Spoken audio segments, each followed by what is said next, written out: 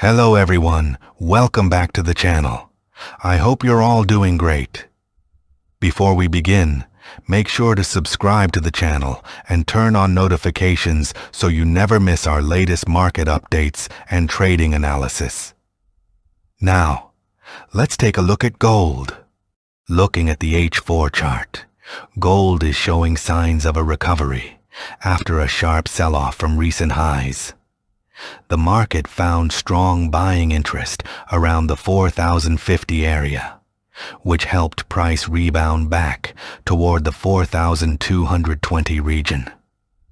At the moment, the key support zone is between 4,150 and 4,170.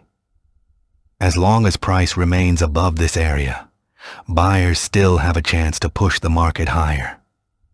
The first major target for bulls is the 4,350 resistance zone, followed by the stronger resistance area between 4,430 and 4,440. This resistance region is especially important because it aligns with both previous market structure and key Fibonacci levels.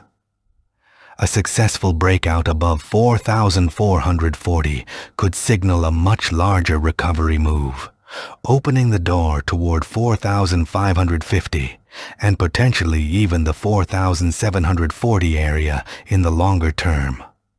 However, traders should remain cautious. If gold fails to break through resistance and sellers regain control, the market could retest the 4,170 support zone. A break below that level would expose the recent lows around 4,050 and possibly the psychological 4,000 area.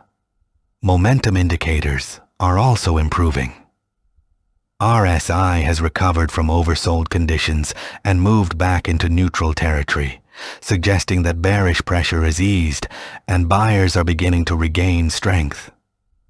Overall, gold is currently in a corrective recovery phase.